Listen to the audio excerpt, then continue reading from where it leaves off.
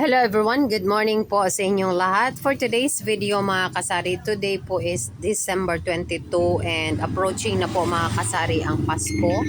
Kaya po ang tindahan natin ay dapat laging handa sa darating na Pasko. So 2 days na lang po, kasi 22 ngayon, so 24 ng gabi, alam natin maging mabenta ang ating tindahan, kaya dapat po nating ihanda ito. Pero pwede na rin ang aking tindahan mga kasari. So i-share ko sa inyo kung anong meron ang ating tindahan for today. Kompleto po ang ating mga alak. As you can see, ang ating mga inumin ay kompleto din ng mga yan, yung mga beverages natin mga kasari. At sa na-notice nyo, nagbago po tayo ng arrangement. Nandyan na po yung ating mga iba't ibang klaseng mga inumin. Naka-file up na po sila dyan. Nandun po sa taas yung ating mga snack section. Ayan, nandyan katabi ko na rin. Tinabi ko na mga Dutch Mill at saka mga Chucky. Kahit na meron pa tayo doon sa ating counter, ay nilagayan ko rin dyan sa side. So, ito yung itsura ng ating tindahan at marami akong mga snacks na malalaki dyan. Yung barrel na cheese. Pabenta yan. So, meron ako dyan sa ating stante. Andito, ito yung ating mga stocks for today. Andito din mga kasari, as you notice, ito yung ating ibang mga alak. Marami yan sa mga boxes at sa mga cases doon sa ating kusina. Ayan.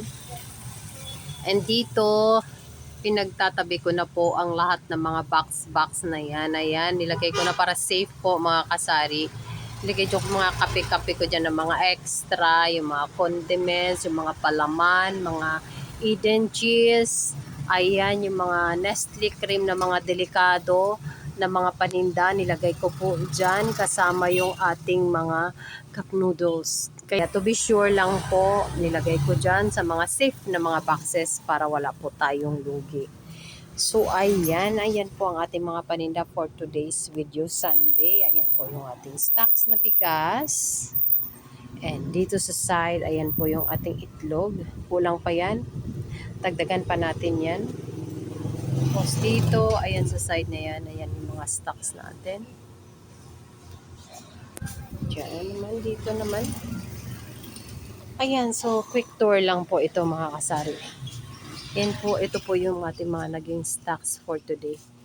Tapos sa taas. Kulang pa nga ito mga kasali eh.